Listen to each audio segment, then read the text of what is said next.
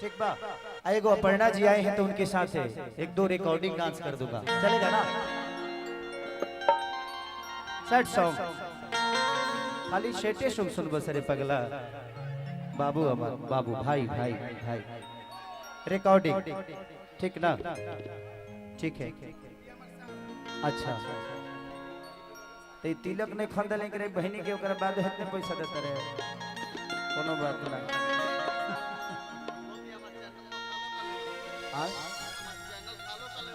हाँ ई जहिया निहुरस ना इकर बेल आइकन दबा दी हस बाबू, इकर चैनल सब्सक्राइब कर दस जैसे निहुरत रहे भाई हमारे पास रह दे लो रे, आप एंजॉय कर लो बाबू, पैसा की जरूरत नहीं है, तुला आशीर्वाद द प्यार द बस। अच्छा अच्छा हमारा हाथ में दी, हमारा हाथ में दी भाई। अब देख लक्ष्मी यही से दिक्कत बा, बड़ा बदतमीज भाई बड़ा तू। हट ना रे रे रे मौसी हट है ने हट, खाली फोटो में खींचबे काम करे दे। चलिए चाहते रहे कि बहुत सारे हमारे गार्जियन लोग बैठे हैं, तो आज भी मेरे पुराने गाने जो मैं झलकुट्टन में गाया करता था वो इन लोगों को बहुत ज्यादा पसंद है कि हमर होके लगे अरे सुतलिए बाबू थोड़ा साइड हो जाइए आप लोग थोड़ा सा साइड हो जाइए। इस गाने के बाद एक शेट सॉन्ग और गाऊंगा, उसके बाद रिकॉर्डिंग, ठीक है? कि हमर होके लगे कि का कहिए ए सखी बड़ा दर्द बा,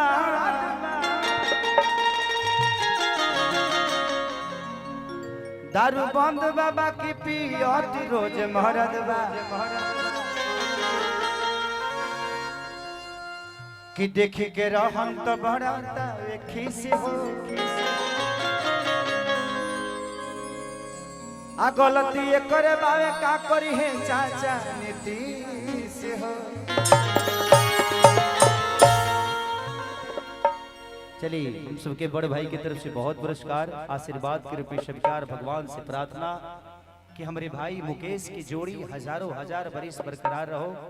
जेंग हम अपना मेहरारू के आज 22 साल से प्यार करके लेके चलता नहीं, वही आजीवन जेंग हमने के मम्मी पापा एक दूसरे के साथ आज बुढ़ापा में भी उहे प्यार और उहे मोहब्बत बा।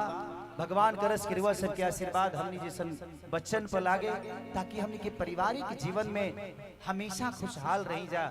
इसलिए दुनिया में कुछ कमा ले रुआ लगे जब परिवार नहीं खेना तो समझी कि रहो जीवन बेकार बा, फिर या तो वो समाज के हो जाए और नहीं तो भगवान के हो जाए, दो ये चीज हो सकेला।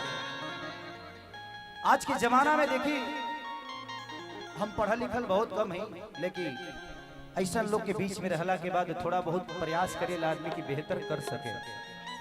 ये जिंदगी में कोनो ठीक नहीं खे केहू के, ना जन्म का लड्डू खा सकते हैं आप अपना, और ना ही अपने मरनी का खीर खा सकते हैं। और जिसका जन्म का लड्डू आप खाते हैं ना वो आपकी मरनी का खीर खाता है। तो जिंदगी यही है, बेटी दामाद की हो जाएगी, बेटा बहू का हो जाएगा, जिंदगी मौत की हो जाएगी, शरीर शमशान का हो जाएगा। मरने के बाद सिर्फ एक ही चीज लिखाता है निधन। और हम किसी के लिए 2 कट्ठा जमीन के लिए किसी भाई का गला काट देते हैं, झगड़ा कर लेते हैं, चीर देते हैं, फाड़ देते हैं, जेल चले जाते हैं। कल पता नहीं है यार, मैं शांत इसीलिए हो गया कि कल मुझे पता है नहीं कि मैं कल जी पाऊंगा कि नहीं। तो जब मुझे कल पता नहीं है तो कल के लिए सोच के आज को खराब करने की कोई जरूरत नहीं है। मेरे गुस्सा होने से, मेरे नाराज होने से, मुझे परेशान होने से मेरा कल सुधरने वाला नहीं है। फुल माइंड से हो, जब भगवान ने समय दिया है, जितनी प्रॉब्लम होती है ना उतना ही इंसान समझदार बनता है। दुख आए ना तो हंसो, घबराओ मत। 20 को बीमारी हो जाए तभी ना पढ़े आदमी डॉक्टर हो जाए, दवाई के नाम जान जाए।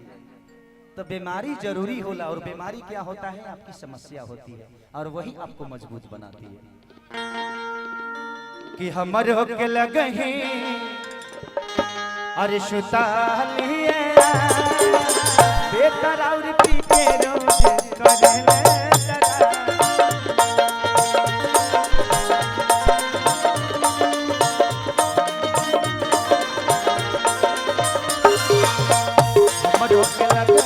सुतालिए रामा बेकर और पीके रोज कटले दादा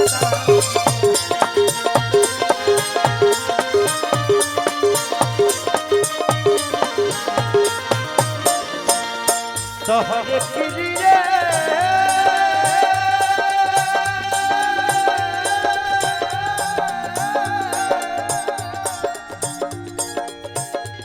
तोहरे किरिए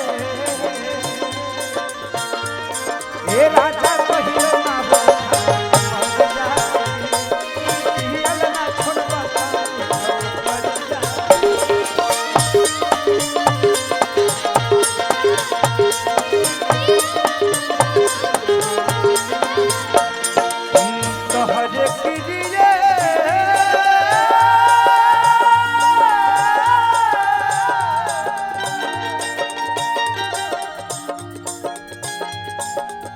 तोहरे किरिए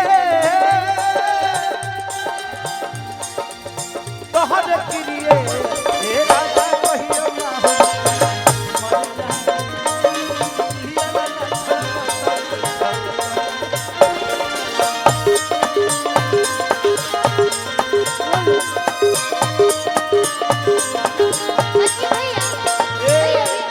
चलिए हमारे पूरा भाई सन की तरफ से बहुत पुरस्कार और आशीर्वाद भगवान से प्रार्थना की दुल्हा दुल्हन की जोड़ी हजारों हजार बरिस बरकरार रहे। बाबा बाबा चलते रहिए और वो खाती एगो बात कहल चाहे बताइए बाबा। यही है वो बच्चा, एक ब्राह्मण कुल के बच्चे हैं। इनका मैंने कलकत्ता स्टेज पे मेरा पैर छूने आ रहे थे, मैं इनका पैर छू लिया क्योंकि हमेशा से मैंने ये देखा है कुछ लोग नाराज भी हुए कि खेसारी यार इतना कोई गिरता है नहीं। हमारे समाज में ब्राह्मण हमेशा से पूजनीय रहे हैं। आप नहीं मानते हैं इसका मतलब ये नहीं कि जो मानता है वो गलत है। पहले बात तो कलाकार के कोनो जाति ना होला और दूसर का बात कि ई बोल भैया के बरोपन है कि हमार पैर छूले आज तक हमार के पैर ना छूले हुए, लेकिन हमार गुरु गोलू राजा भैया जी रहुआ खाती एगो बात कहले रही हमको तोहरा पके हुदा के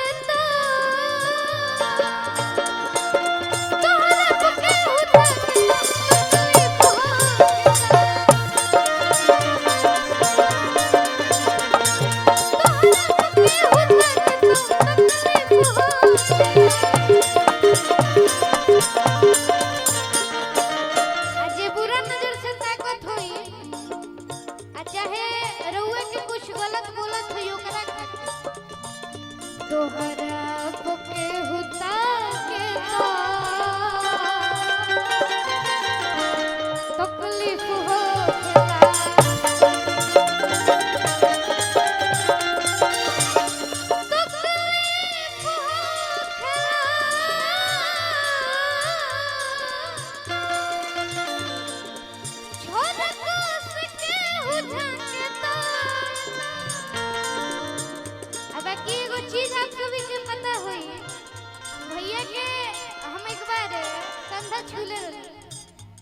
भोजपुरी इंडस्ट्री में हमनी के एगो किस्मत बा कि भैया बनी। भैया के गायकी तो नंबर 1 बा, प्लस भैया के बॉडी आप सभी देखले ही हो खेजा। एक बार जहां भैया सब केहू देखे खातिर इंतजार करत, एक बार दिखा झोरको से केहू झांके तो तकलीफ हो गेला।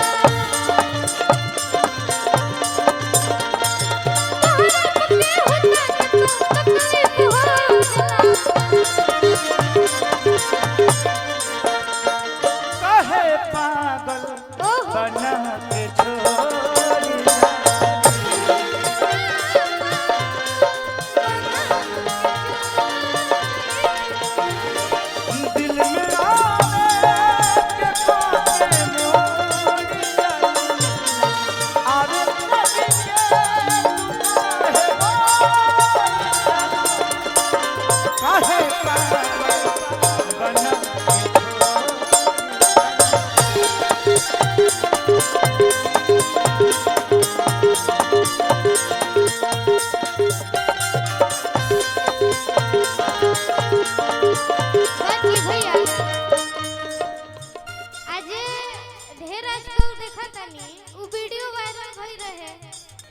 यूट्यूबर भी लोग चढ़ैले रहे लेकिन बहुत लोग ट्रोलो करत रहे ओकरा खातिर बैठ जाएगा हां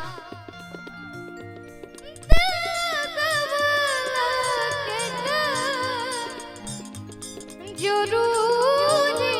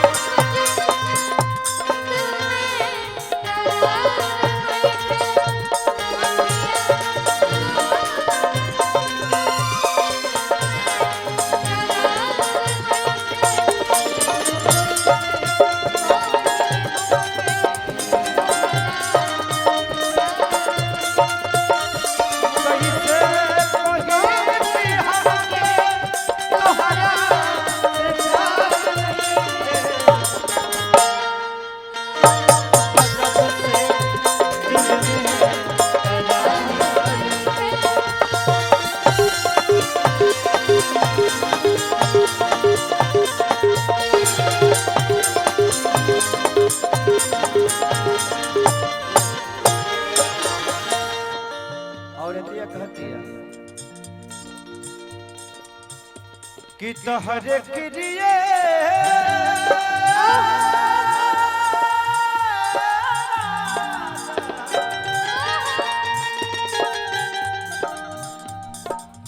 तोहरे क्रिए तोहरे क्रिए ए राजा कहियो पिया ना छोड़ब सब कुछ कर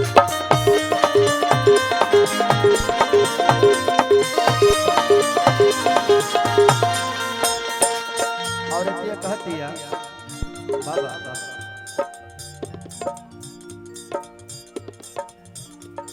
कि रोज रोज भाठी पसे दारू पी के आवेला पीटी के बाड़ी हमारा के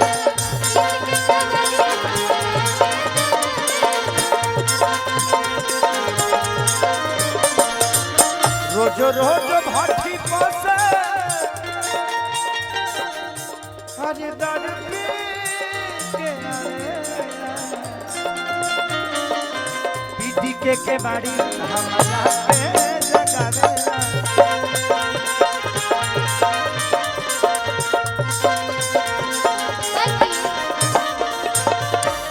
मारे खातिर लेके दौड़े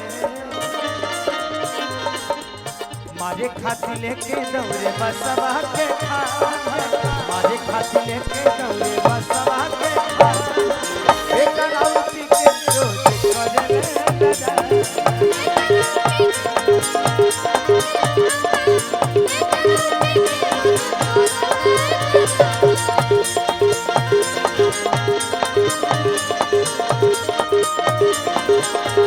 क्रिया खा के कहा क्रिया खा के कहा तारी से प्यार पहले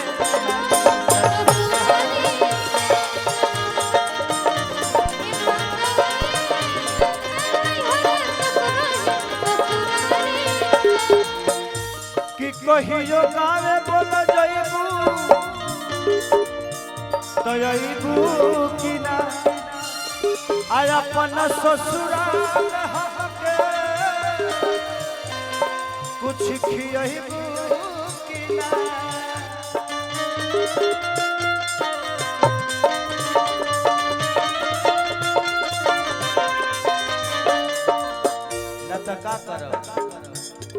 हम दे हबियावा पिछु बारी हम दे हबियावा पिछु बारी यार हवे बाकी ससुरारी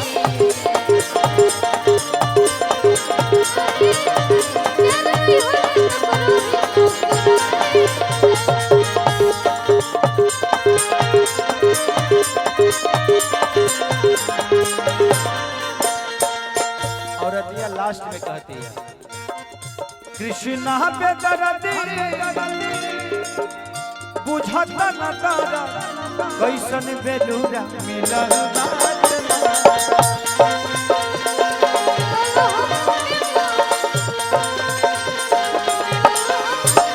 कृष्णा पे दर्दी और बुझत न कर ऐसन बेलूरा मिलल बात मारा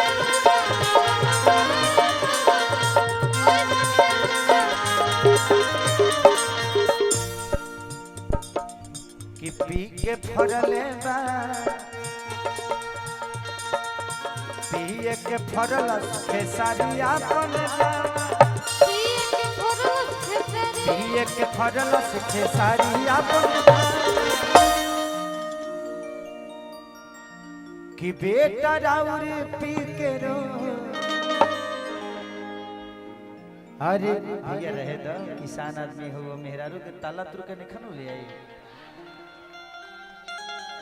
भौजैया लागे हमरे के करिया कि बतावा छूछी खाती धैले रहनी आई कहां लेके लुटावैले कि बेटा राउर पी के रो